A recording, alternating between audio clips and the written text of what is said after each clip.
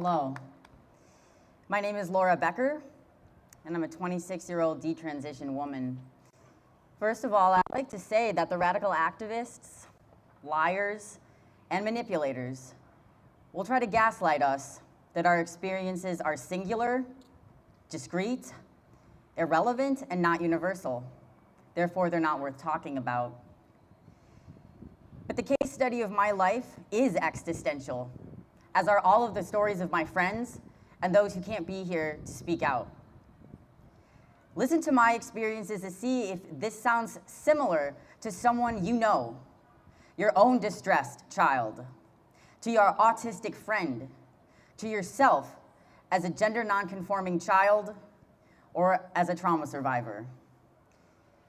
At age 11, I was diagnosed with an autism spectrum disorder. I was also diagnosed with an endocrine disorder, polycystic ovarian syndrome, or PCOS. Both of these conditions correlate to high rates of depression, anxiety, and body dysmorphia.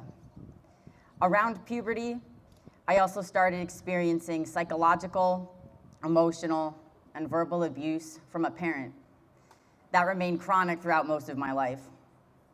I didn't know at the time, but I developed trauma, complex PTSD from these experiences.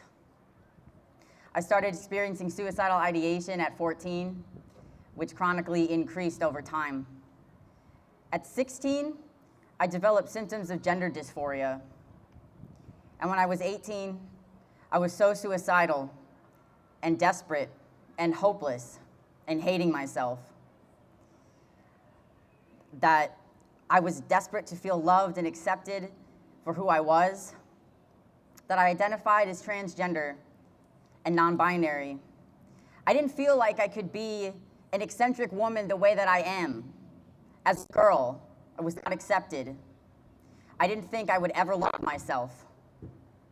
At 19, I went to a gender clinic and told them I was suicidal, and they prescribed me 200 milligrams of testosterone for free in a 1-hour appointment.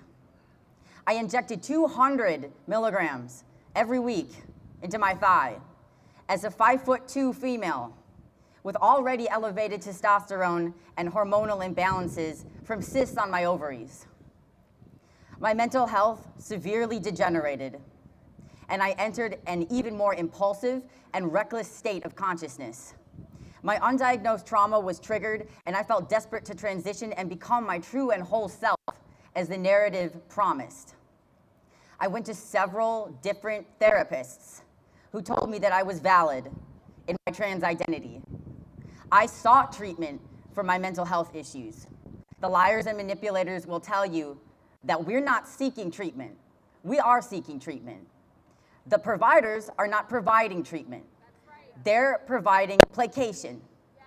They're providing enabling. They're providing money to their connections in pharma and the surgeons.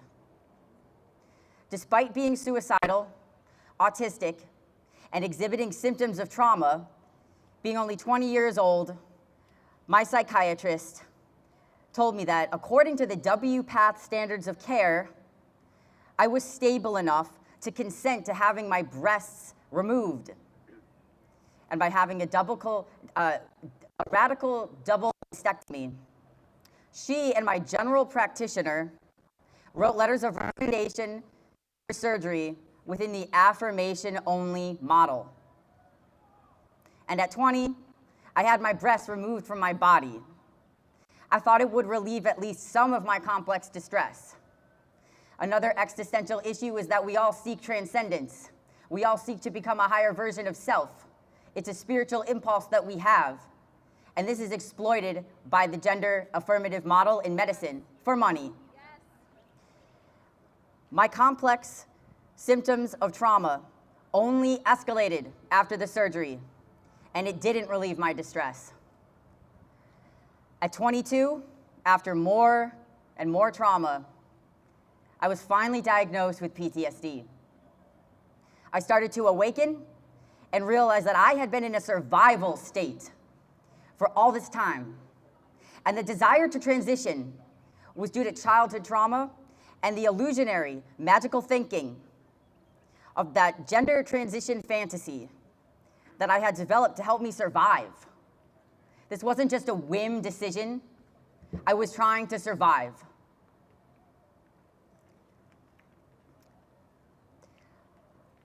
I realized that this had hurt me in the long run, and I detransitioned at 22.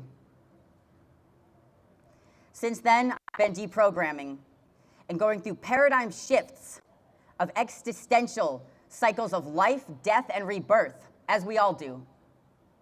I'm now several years into trauma-informed therapy for complex PTSD, and have embraced myself with confidence as an artist, writer, and speaker. My artist and musician name is Funk God, because I am a supremely funky and groovy woman.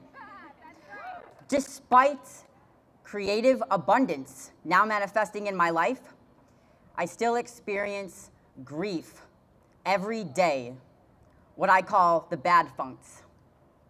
Because instead of being able to remove my broken heart, I remove my breasts, my divine femininity.